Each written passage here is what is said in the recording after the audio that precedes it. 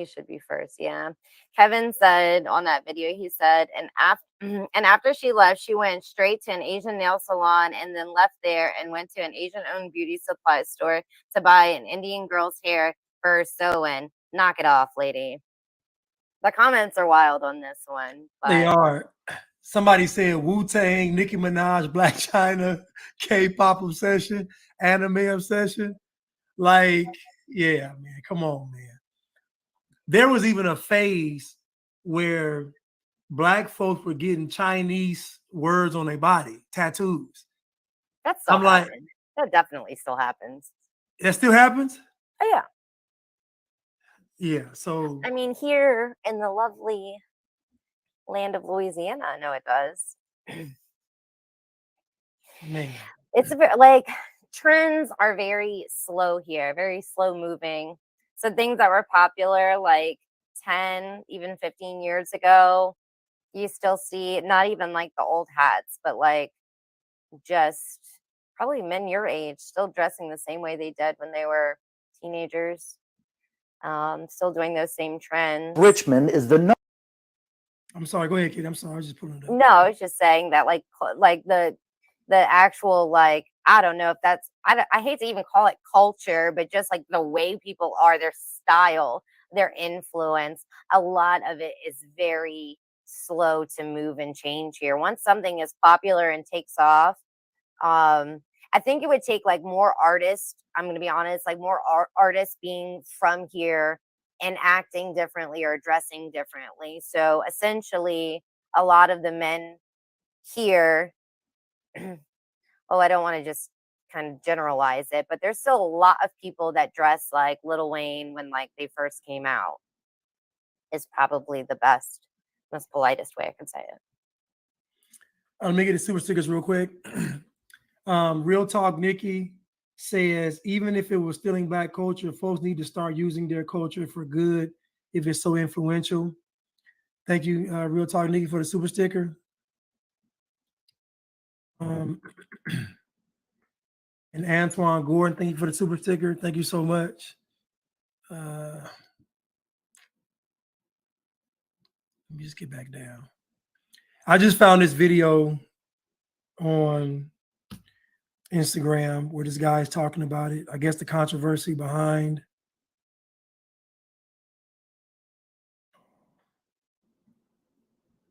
Rich Men North of Richmond is the #1 song in the world right now. Singer Oliver Anthony hits on... It's the #1 song in the world? Worldwide? No, and that's disinformation. It's on the top 50 for US, top 50 for US. It's #1. So many populous... Okay. Men North of Richmond is the #1 song in the world right now. Singer Oliver Anthony hits on so many populist themes: the devaluing of the dollar, the corporate and political establishment, Jeffrey Epstein and his enablers, welfare, taxes, elite control, and what has been elite's response? That song is right-wing. But didn't Democrats used to be the party of the working class? Used to be is the key part there. After the 2016 presidential election, socialist Bernie Sanders warned Democrats about the danger of replacing social inequality and class struggle with identity politics. In 2016, Bernie Sanders said identity politics distracts from what he considered real issues like economic inequality and the decline of organized labor. Has he changed his view of identity politics? And that was the last time Bernie told them not to focus on identity politics. Has he changed his view of identity politics? I think he's obviously changed. The American left immediately put Bernie in his place. They wanted everybody to know they were all about identity politics, and Sanders just kind of quit talking about it. I think he's obviously changed. So along comes a popular song about working class struggles that strikes a chord with millions of working class Americans, and the left automatically calls it right wing. Any old school progressive from decades ago would have been all about rich men from Richmond. Hell, in a different place and time, it could have been a Bernie Sanders campaign song. But not anymore, because now caring about working class people and their problems is right wing, apparently. Rich Men North of... How'd you feel about his take? I felt like that was a good take. I felt like he called out exactly what it is, how the media is just, you know, anything they don't like, they're going to paint it as something of the such. The media is really responsible for a lot of the language influence and hate, quote unquote, hate speech or hard language or whatever it is against the right. And specifically, it's not even about the politics. Like how they treated Trump was terrible. And I know I always get hate because people are like, oh my God, you like Trump. Oh my God, I have a different opinion than you. Anyways, but I feel like they really did a fantastic job of pitting people against each other and propelling this kind of language, because it wasn't for TV. No one would be calling things microaggressions. No one would just be casting out blanket statements of racism, right wing extremist. Those things are just not as real and as prevalent as they make them seem, but people are just falling for it hook, line, and sinker every single time. It's pretty disgusting. But I felt like he did a good job. Okay. I had another one. Well, I had two more. Let me see this one. Prudence, are you from Australia? Hey, what's this guy?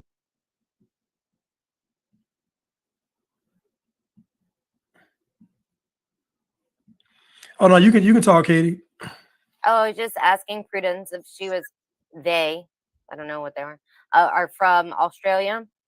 I assumed it was a girl. And also, are you a girl or a boy? Good day, mate. That's racist. All right, let's play this one. Oliver Anthony. What'd this guy do? He wrote a song about working his ass off and realizing that the people in the top don't give a damn about him. The people who tell me that I shouldn't be listening to the song, they say there are dog whistles in there. I've been selling my soul, working all day, overtime hours for BS pay. I wish politicians would look out for minors, and not just minors on an island somewhere. Yep. Lord, we get folks in the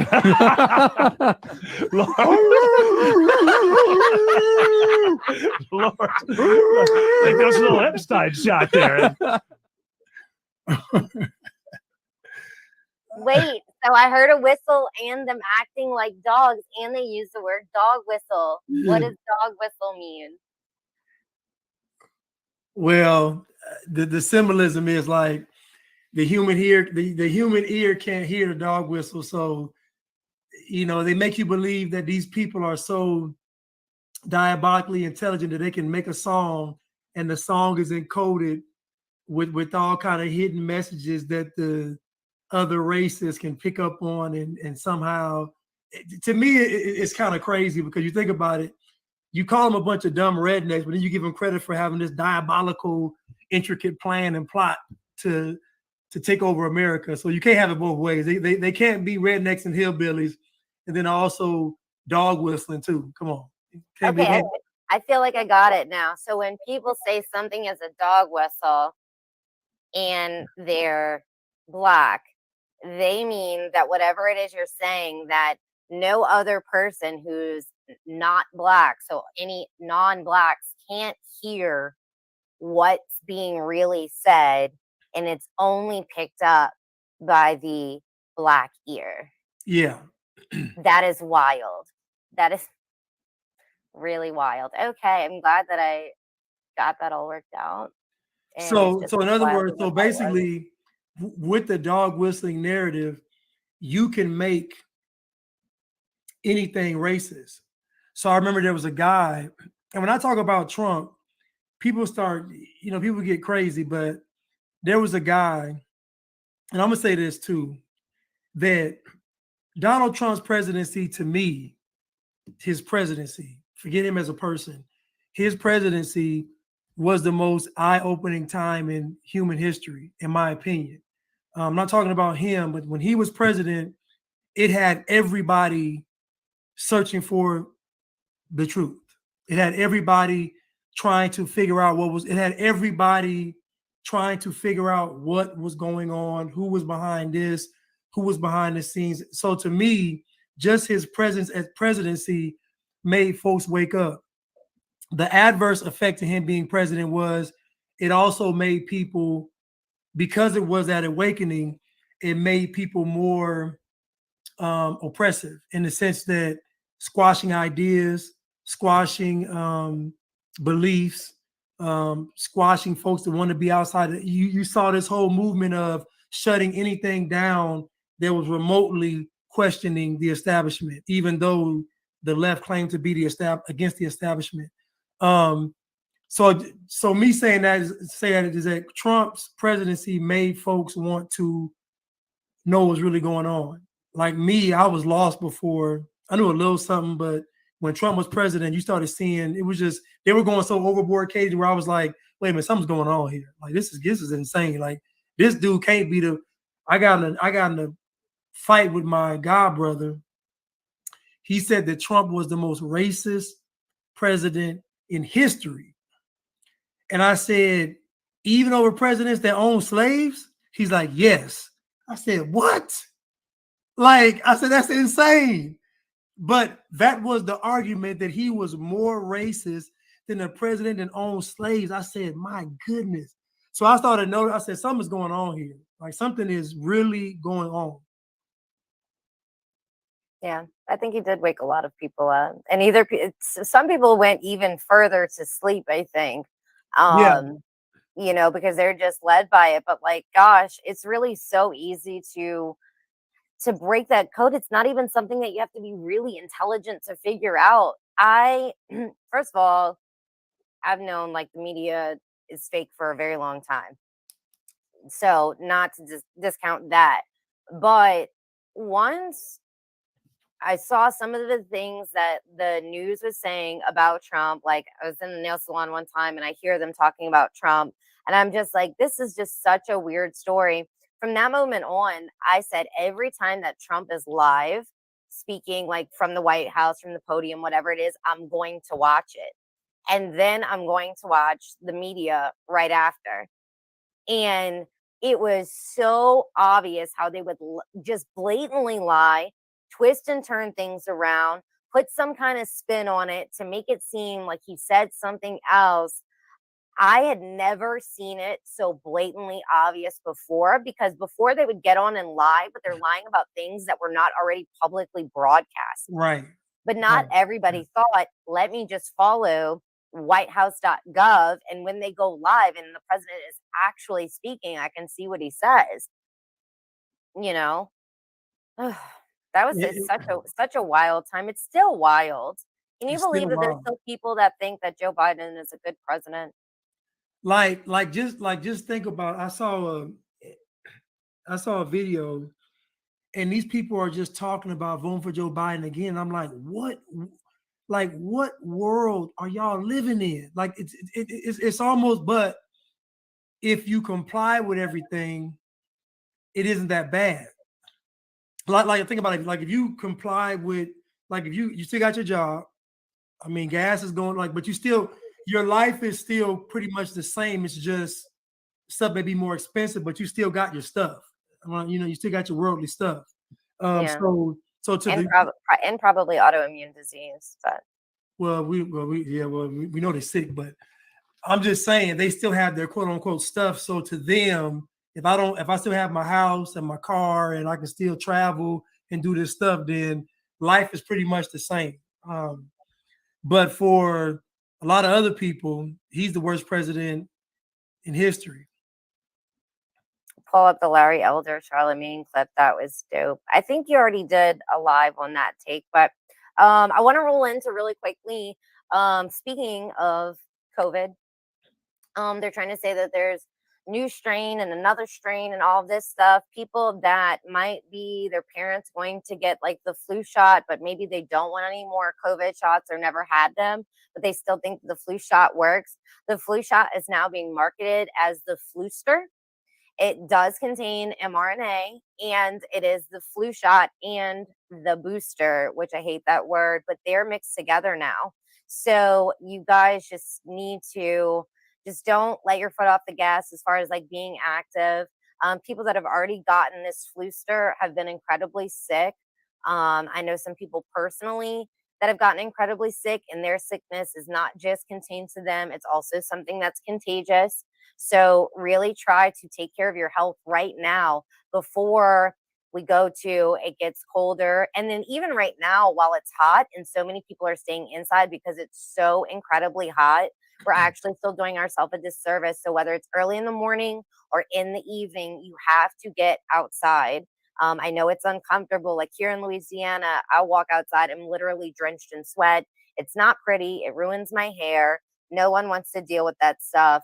The car seat has literally burned my butt several times this week, and it's only going to get worse. But right now, make sure you're changing your AC filters in your house. Make sure that you're building your immune system. Make sure that you're going outside, a healthy lifestyle and eating and all of those things. It's not overly complicated. You don't have to make it overly complicated. Plan your meals around getting a variety of sources of vitamins and nutrition through actual healthy food and not so much as a bunch of supplements. There's so many easy things you could do, like those the girls that are making like the juice shots, like the lemon and ginger and all of those things. You don't have to worry about trying to do this and keep the little mini bottles where they're all cute. Those do go bad. Put them into the ice cube tray, freeze them. So that way you always have something like a quick tea that you're getting nutrition from.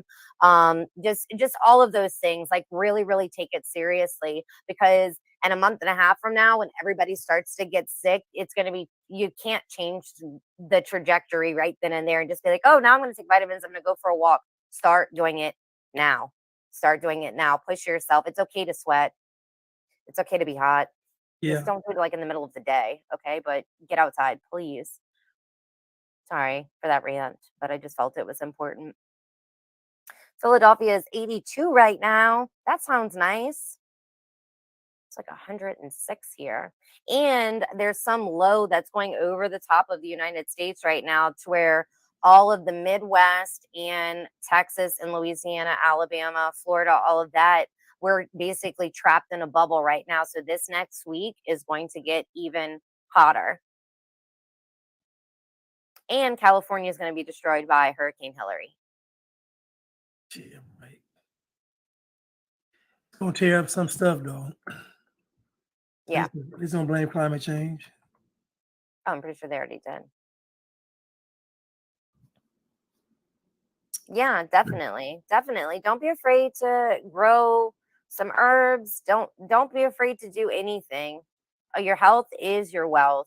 The world can, you're like Oliver Anthony said, your dollar ain't okay. And that might be true. But your health is really your wealth, and your well-being, your mental health, all of that stuff. Don't be afraid to try new things. And if you need any help, reach out to me. If I don't know, I'll help you find the answer. But there's lots of resources out there. But the first thing you can do is just at least take that first step. Okay. Let me. I have one more video. Okay. Um, And then we can wrap it up. We can yeah. have this for a minute. Did you guys enjoy the show? Don't forget to like So this the week, broadcast. Did y'all enjoy the show? Hope so. I had fun being here. This was fun. You brought I just bought a grow tent. I'm gonna be growing some herbs, Bob Marley style. So you mean herbs as in marijuana, or just the same way that you grow marijuana, but actual herbs? You can let me know. You cannot let me know. And I am now, I don't agree with hydroponic growing. If you have the option to not do hydroponic growing, I'm not for that. I realize that the food needs a lot of nutrition. And so the only way to get the hydroponic is like you have to basically add nutrition, like a nutrition compound to the water for the plant to be able to get enough nutrients. And so they won't even be as like nutrient rich for you to eat them. And just a fun fact, did you guys know that food is like, I want to say it's like 70% less nutrition in regular vegetables like the bell peppers, broccoli, lettuce, all that stuff than it was in like 1960? Yeah. It's like it's almost lost like 70% of it. Isn't that wild? Is that from the soil being depleted? Yeah, which I know Molly talks about that too. I don't think I stayed on for the whole time of your show with Molly, so maybe she touched on that. But that's so crazy. Thanks for the super sticker, Kevin. Thank you so much, Kevin.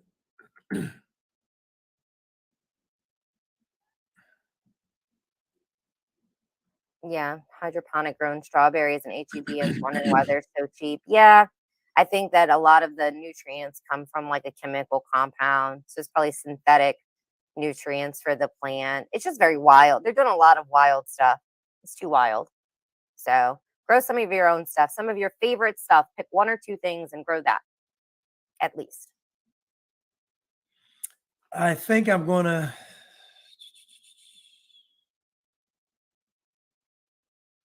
Who is this guy? Well, just some of them Instagram. I just, but Oliver talks in this clip, so that's why. Oh, okay, cool, perfect. Hey, what's up, y'all? So this week, social media and the internet has been going crazy over this guy, Oliver Anthony, and his song, country song, Rich Man North of Richmond. I could just wake up and it not be true, but it is. Oh, it is. Now, regardless of what you think of the song or not, he did a follow-up video from his car about what he hopes will come from it, and I found it to be very interesting. Check this out. When Oliver Anthony's long gone and forgotten about, what can you do in your own life to maintain this energy, this positivity, this unity that I see among people like I've never seen before? What are the next steps to make life better for people? What can you do for your neighbor? Humans have the ability to possess such overwhelming compassion. And it seems like we've really let ourselves focus too much on hate. I just feel that in this moment in time, when so many people are feeling the same frustrations, it would be wonderful to capitalize on that and just use that positive energy to help other people in your life, maybe people that are different than you, people that you wouldn't normally connect with. It's easy to walk down the sidewalk by somebody and look down at the ground, look at your phone, but that really is a big part of the problem. Find a way to start having good conversations with people that live around you. That's all I want out of this. Man, I thought that was actually really legit and kind of shocking, because personally, if I had an overnight internet breaking smash country song, I'd probably say, hey, look out for my next song, or talk to my agent or something like that. But Oliver seems very genuine in wanting people who are gaining that positivity from this experience with this song and how they're resonating with it, to take that goodness and then turn it around and put it back into the world. It's almost like he's saying that we should love our neighbors. And we are all about that idea. In fact, loving our neighbors sounds like one of the simplest things to do, but it can be one of the hardest things to put into practice. So, man, way to go, Oliver. Good on you, man. And hey, this is what we do here at Grace Bomb. So, you know, DM us if you want to hook up, collaborate, something like that. I don't know who that is. But A Honeycutt says, sorry, but no, I didn't enjoy this show. It started full of excuses and lies. No research done into the song or who this Oliver guy is. Y'all just took the ball and ran with it like the rest. Sad. Oh, can't please them all. Right. Well, again, contextually speaking, I think Katie said this. It's not about Oliver as the person. It is about the song. Like, we're talking about the song and the impact it is having and why the song is controversial. This guy could be, God knows who he is. We don't know. We're talking about the song. And again, God does know who he is. And we're not, God does know who he is. And we're not advocating for Oliver Anthony. We're not advocating for anyone. We're just discussing it. So sorry you didn't have a good time. Yeah, but again, I'm gonna go back to my point. Artists make songs every day, and they talk about the craziest stuff. And again, this song is resonating for a reason because he's telling the truth. And that's just it. It's just in the time we're in now, folks want people to be policed in their thoughts and their speech and everything else. They want to talk about Maui. They want to talk about all this stuff, but how you know that Maui isn't a psyop? Like, how do you know this? Like what is and what isn't? Like what are we picking? You know what I'm saying? Like we picking and choosing. But anyway, yeah. Yeah.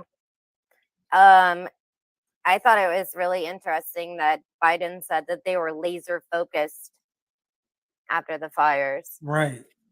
But I don't want to, the people have died.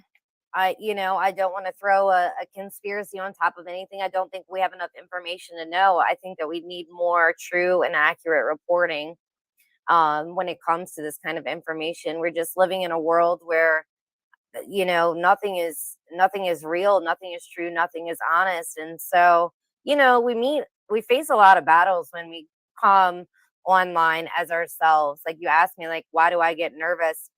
I don't think that I can control it, but I think that just being here and being who you really are and saying what you really think and trying to put it the best way you can to, like, I don't like to be upsetting to people.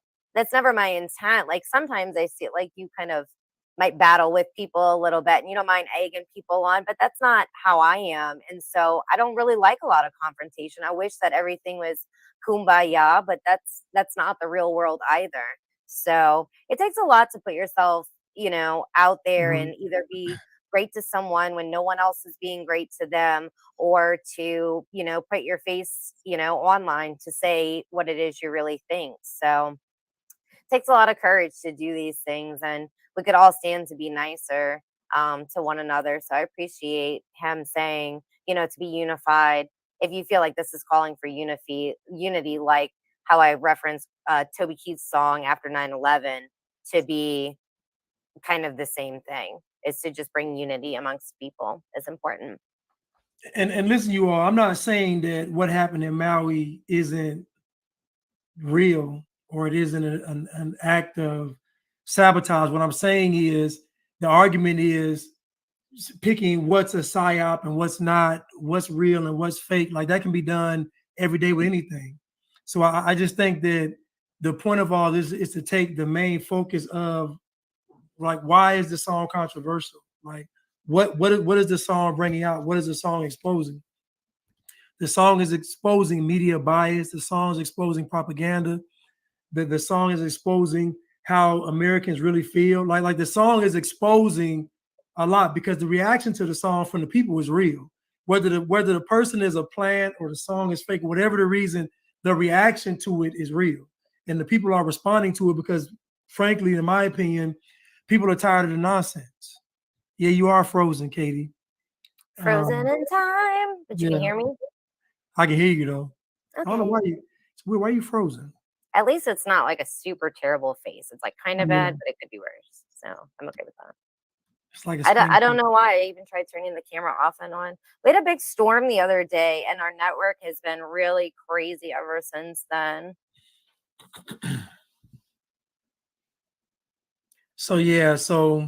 But again, I wasn't saying that the Maui thing wasn't real. I'm just saying that the argument is what's real, and it's just too much. It's just, I'm just taking the point of what's going on. I'm not getting into who these people are in their personal lives, none of that stuff.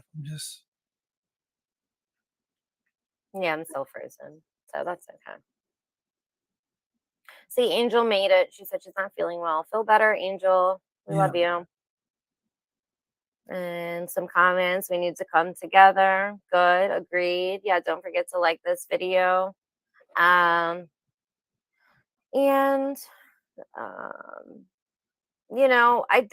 pray for the people of Maui. People Yeah, I do too. of Hawaii. It's going to take a lot for them. Everything is so expensive. I'm just going to turn my camera off because it's like freaking me out looking at myself being frozen. It's just all right. But you know, Hawaii, that's not easy to get a lot of goods there. And when you think about people's home being destroyed and how much effort and money it's going to take to rebuild it. I mean, they have people living in very basic homes already, and their homes are already valued at $1 million. So here's the funny thing that I don't see anybody talking about is because their property value is actually so high, is insurance going to reflect that and pay Well, them accordingly? I would say right. not, but I mean, well, they're talking about the governor's going to get involved, and so the lady even said, give the people time to grieve before you even start rebuilding. Give the people time, because again, they want to come in immediately and start building and doing all this stuff. They're like, no, hold on and wait. And I understand, because these folks want to get their hands on. It's an opportunity. Obviously, I think 87% of the homes were residential. Stuff that was burnt was residential homes.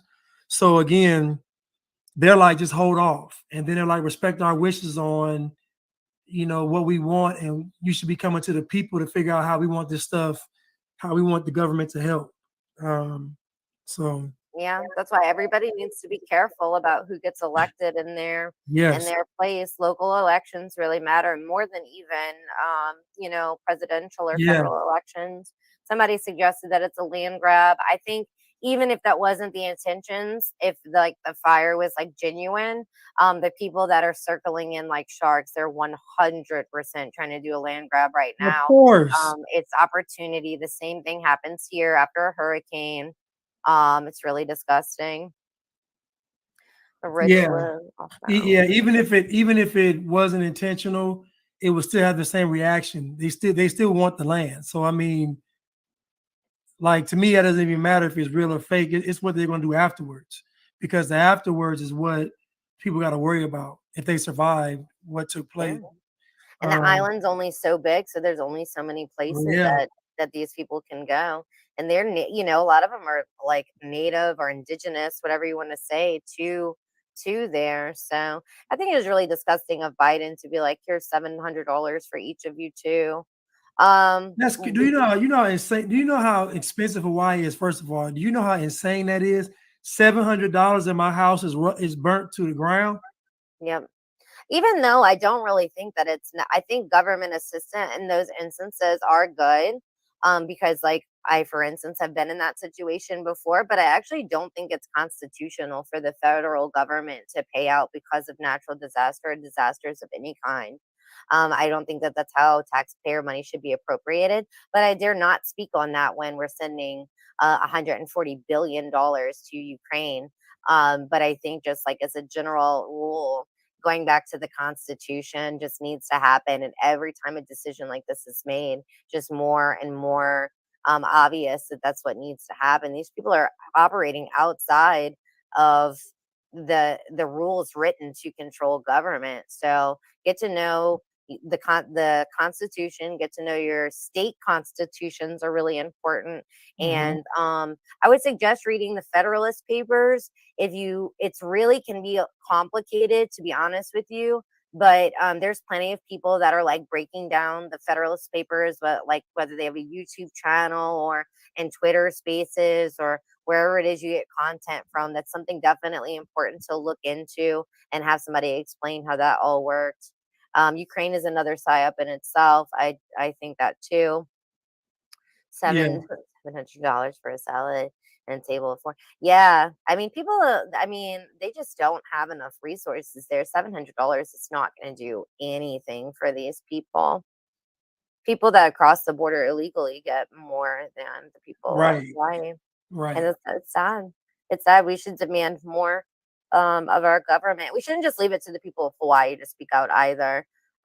Because again, I just can kind of put myself in that situation um, of going through hurricanes and stuff like that, like us not really having a connection or the will or the power to fight. So you always want to have somebody like backing in your in your corner. The American people need to speak up and demand better for them. The people of Ohio too. I felt like we really tried for Ohio, but that just kind of like fell off as well because there's just too many people saying like you try to get involved in those things and they just shout you down, call you conspiracy theorist, and you get shut out in a lot of ways, silenced in a lot of ways, and it's really just not fair. Yeah. We should have free speech. If the Constitution worked, it would have worked to protect us from this tyranny. Well, I would say that the American people didn't value their own freedoms, and so what you saw was you allow folks to get on TV and tell you the Constitution was racist, that America was racist, and so you all listen to all that nonsense. I know I used to listen to it. So we listened to all this stuff for years and accepted all the stuff they did to us. I mean, this is on the people. I'm not going to ever put on the government because it's 330 million Americans. There's no excuse. Like there's no, it's a couple of thousand people in governing body in positions. Like there's no excuse. So whatever we didn't like, we should have said something about it. And been unified about it, but we didn't. Right. We just let people just divide us into in the micro things. The Constitution does work when it's abided by in the correct way, which means we, the people. So you can't blame the government for being tyrannical when we're the ones that's supposed to hold the government accountable. So I would just ask people, 1, do you know the Constitution? 2, did you go and protest? 3, what have you done? Have you sent emails? Have you written letters? Have you tried to organize and things like that? Like, can you find something to unify over that's not just about you and being selfish? And that's where a lot of people hit a brick wall. Even if they do have the desire to go and fight, a lot of their intentions wind up being clouded by their own personal gain. And that's a morality issue. And that is a social issue. And it comes from us not condemning poor behavior and allowing a lot of these things into our culture as a society, as an American culture, just letting it be. We want to be left alone and all of these other things, but it gets to a point where you have to take some kind of responsibility for how the country is. And we can't just keep blaming it on other people. It's really our fault as a collective. It is. And so that's my take on, I agree with Katie 100%. It was on us. So we dropped the ball. And even now in a time where we should pick the ball up because we all quote unquote know so much, we're still not doing it. So can't blame the government. Yeah, we just need to hold them accountable. Right. You know, and I'll share this. I really worry some nights going to sleep. I think about what is going to happen if I open my eyes tomorrow and they're doing this all over again. And I've thought that since things have really simmered down. And guess what? We're about to be headed right back into the same thing. Yeah. Where they're going to try to pull some stuff. They're going to convince people that they're sick.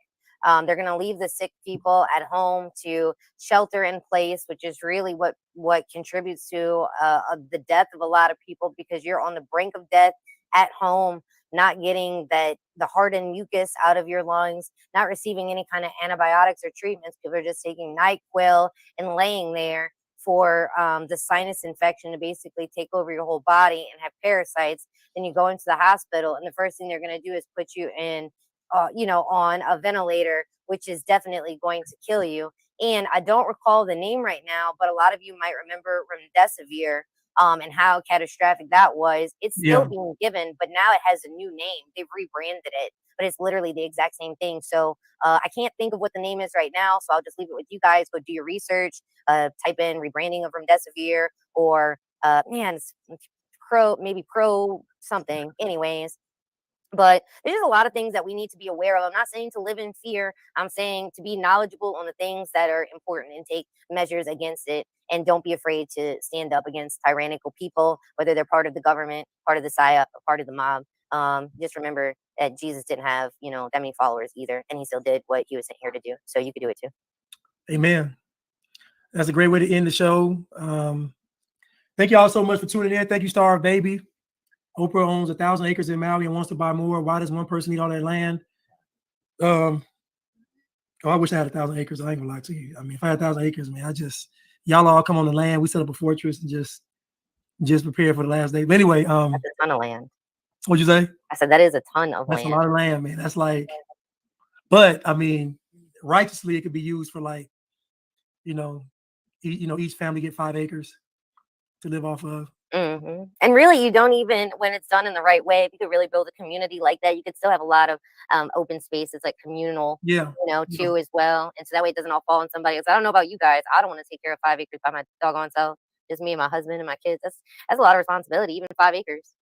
I got a couple garden beds back there that people are like, whoa, that's so much. And I'm like, you're telling me I'm out here sweating, moving bags of dirt, picking stuff, fighting bugs. Got boxing gloves on, fighting the bugs out here. Right. They're trying to eat all my food. I'm growing okra for the first time this year. That's been pretty exciting. Regular okra right off the little okra tree is actually really good. A lot better than pickled okra, in my opinion. Yeah, okra, I only like fried okra. No one's surprised. Yeah. Fried okra is delicious. I don't like slimy. I can't do the slime.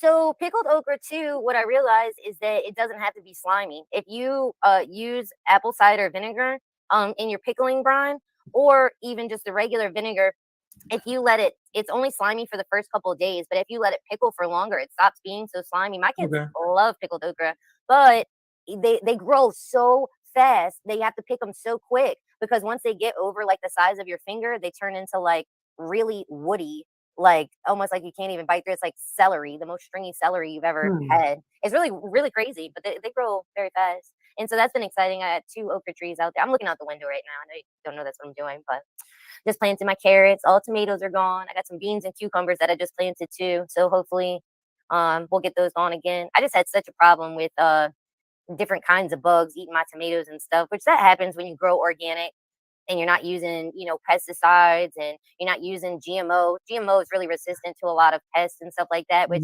there's pluses and minuses to that, more minuses than pluses. But like if I really had to do it for food sovereignty, I can't tell you that I would do all heirloom, because I wouldn't want to risk my food just on that. I can do it now because it's a choice to do it, but I do have some other kind of seeds just in case I get in a pinch, because we need to have food.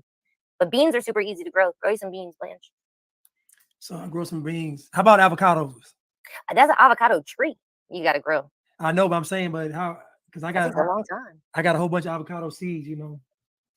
That takes a long time to grow an avocado tree. That's going to get you better off buying a baby avocado tree. Katie, choose some plants to be sacrificial plants. I know. I tried that. Guess what? They ate everything anyways. That's not true. We have super bugs. And when you only have, if I'm the only person in this radius that has a garden, guess what? It's the buffet. My yard is the buffet. Those bugs is not going nowhere else. It's a bug's life in my backyard. They have a great time. They ate all my strawberries. Made me want to cry. Made me want to cry.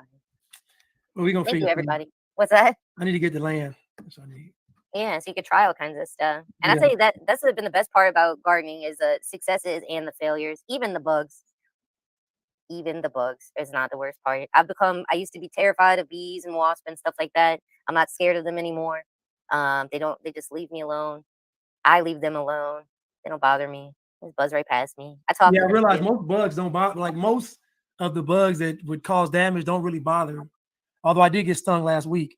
But most bugs don't really bother. I was backing up in this wasp, and one of those red ones came and stung my shoulder and took off. But yeah. I only got stung one time by a wasp, and I was cleaning up some stuff in the yard. Like I had like some pieces of metal and stuff that I just put in the garbage can behind me, and I went to go pick something else up, and I thought that I stabbed my leg with that piece of metal that was behind me. And I turned around, I looked, there was no blood. I just got stung by a wasp. That was the first time I've ever been assaulted by a bee or wasp. Yeah.